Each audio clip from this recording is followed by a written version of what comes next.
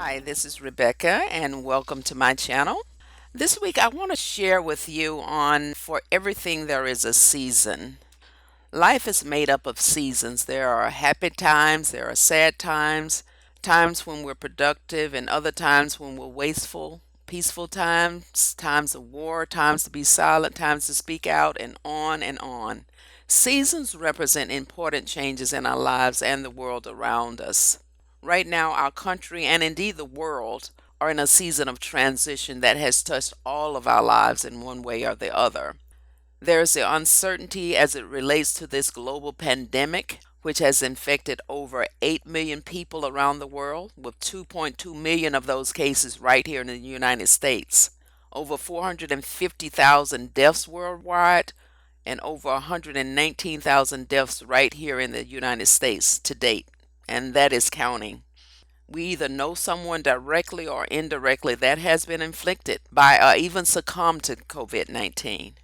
Then there's the ongoing unrest on our streets as people protest against police brutality, debate the removal of long standing symbols of racism and oppression, such as the Confederate flag, and the monuments of civil war that soldiers fought against our own government, and they lost because they did not want to abolish slavery. There's also the economic collapse brought on by the pandemic because the government did not prepare when the warning signs were there to actually buffet the impact of this pandemic. As many as 40 million people have applied for unemployment in April, May, and even March. And the U.S. right now, where the unemployment is at 20%. That's the highest in our nation's history. Now, on a personal level, most of us are experiencing our own personal seasons. And I will say that my businesses have been impacted by the pandemic, but not devastated, thank goodness. For me, this has been more or less a season of uncertainty and inconvenience. Uncertainty in the sense of the economy and how it will affect my livelihood. The fluctuations in the stock market and the housing market. Is it a good time to buy, sell, stay put? Those are the economic uncertainties that I'm concerned about for me personally. I've been inconvenienced by social distancing, as all of us have.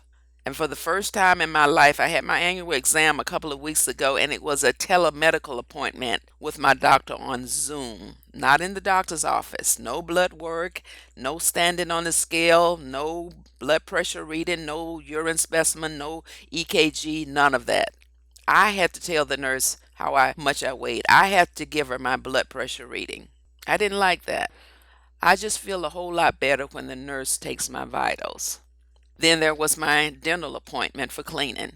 I was not comfortable going to a hygienist and having them inside my mouth, so I canceled that appointment. And I still can't go back to the gym, which that just seems like a hotbed for catching the virus with the sweating and touching equipment. No, thank you. I'll just take my walk around the park or the mall while the temperatures are still bearable. Now, I don't know what I'm going to do when the temperatures get into the 90s and above. Then again, travel is out of the question.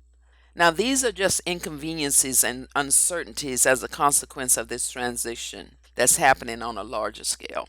And I'm sure you have yours. Now, yours might be relational or spiritual in nature, but we're all having to deal with this. So, how do we handle the transition that we're on the brink of right now?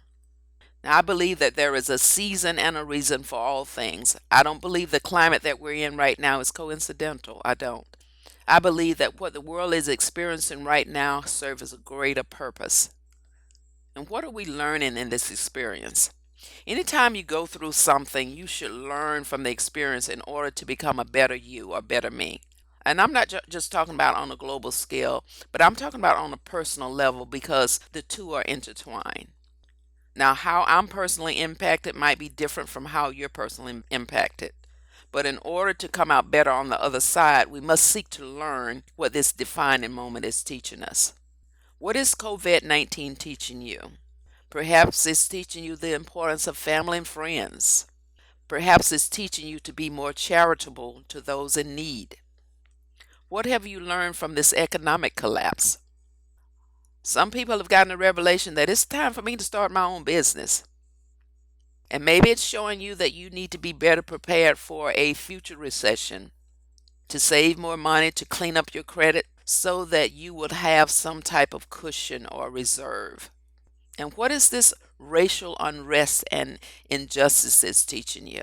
Perhaps you've learned that you've been sitting on the sidelines far too long. You've been silent in the face of injustice, and you need to speak out and to do your part in this fight. And what are the outcomes that you want to see, and what are you willing to do to bring about those outcomes that you desire? Let's not waste this moment having a pity party or pointing fingers.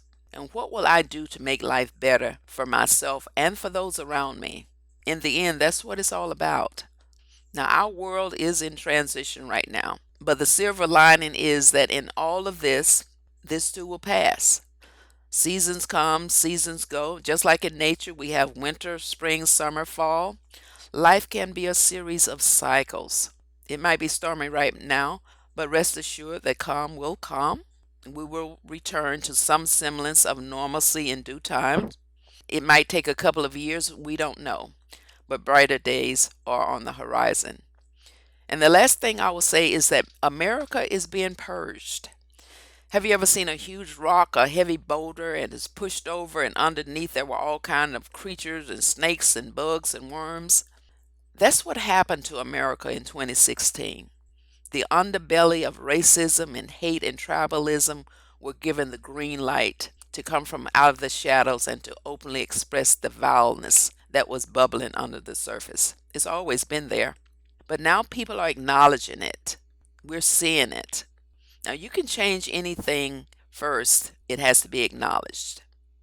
And what we're seeing right now is people acknowledging their mistakes, acknowledging some of the atrocities that we've been having to live through. Many cities are starting to remove those Confederate statues. Even NASCAR announced that the Confederate flag is no longer welcome at their racing events. People are debating about changing the names of military bases. And I saw in entertainment where the group Lady Antebellum announced that they were changing their name because they weren't aware that the name was tied to slavery. Brands such as Aunt Jemima is changing its branding.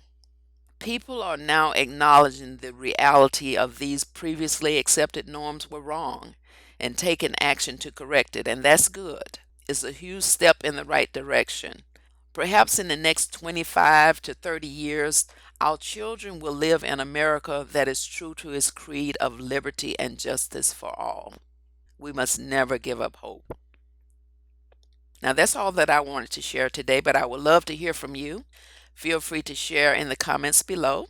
Take care of yourself, stay safe, and I look forward to sharing with you again real soon.